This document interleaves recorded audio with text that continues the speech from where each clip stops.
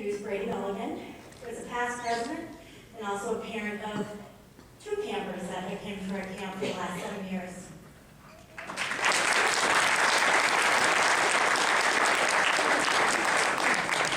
Thanks for the introduction, Laura, and thank you and Clay for starting this and supporting our camp.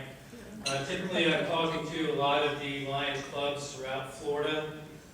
Typically, I do talk about, again, my name is Brady Millican, parent of a child, 19, with autism, so there's an amazing parallel there. And I say I have a daughter 18 that's typical, but there's no typical daughters that are 18. So I still have the similar situations you did at home. Anyway, I'm just going to give you a very quick background on why inclusion has been very important to me. I guess I'll start with I was born in Brooklyn, New York. I went into the military. I went into the military and became an airborne ranger. Then I say I got smart and I learned how to fly because getting 50 pounds on your back for 25 miles a day isn't quite as good as flying point to point. But the reason why I say that is, as a community, and as Clay is getting everybody more, let me say, aware of inclusion, people don't understand what it means to parents a lot of times. And what it means for my son, or what it has meant for my son, specifically in the recreation setting that we have in the Florida Lions camp, is that I'm trying to change the paradigm. You've heard disability, you've heard ability, but I like to say varying ability. Because each child has an ability. It is up to the parent, and to the teacher, and to that camp counselor to figure out what that ability is and nurture that. Because to be included means to be not only included at school, but to be included in your church, your community, and overall and within the national politics. That's just not happening.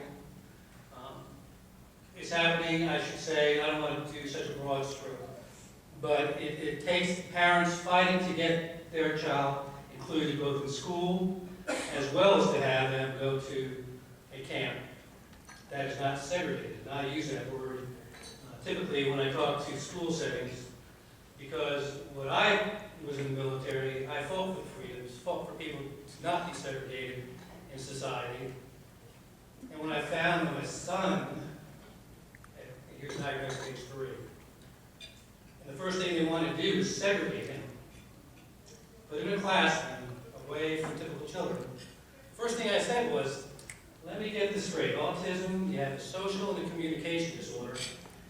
Do you want to put my child, segregate him out of the classroom with a bunch of kids that don't talk and stand in the corner? How is that going to benefit him?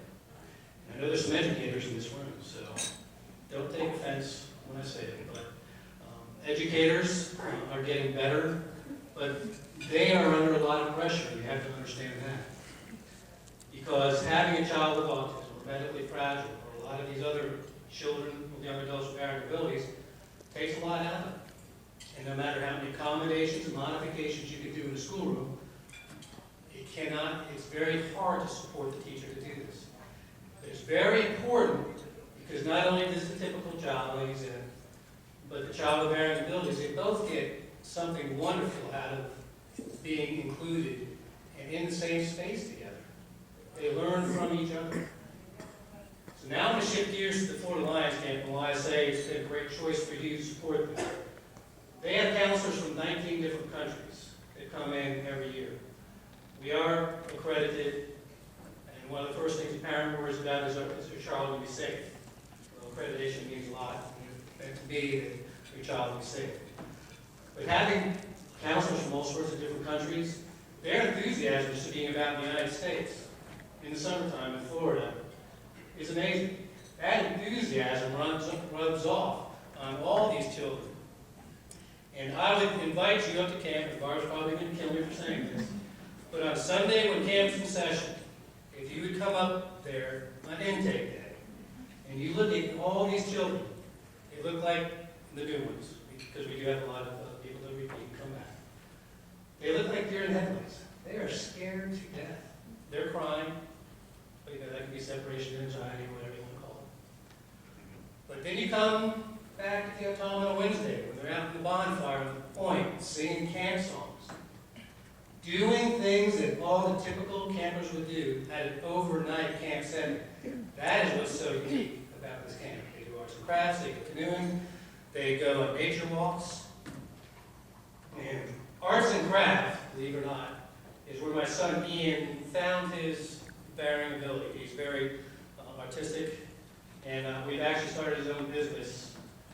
As soon as he graduates high school this year and goes through a transition program, he started his own business, and we hope to include him in society that way. So it starts in school at a very early age. It goes through camp. The common thread is children of varying abilities influence children that are typical, but also get influenced and feel safe in that environment. And that's what I think a lot of people don't understand about inclusion. It's just a word, it is, but it's a way for people to come together, understand each other a lot more, and it's very important to start off early. And it's very important to start off with recreation. I had to teach, I don't know if you had to do, I had to teach you how to play. It doesn't come naturally, or at least it didn't for Ian. So imagine having these recreation activities, after school activities, play band is started. It's the first step. It's the first step to be included in society for all these children. So, thank you again. I hope I didn't take too much of your time up.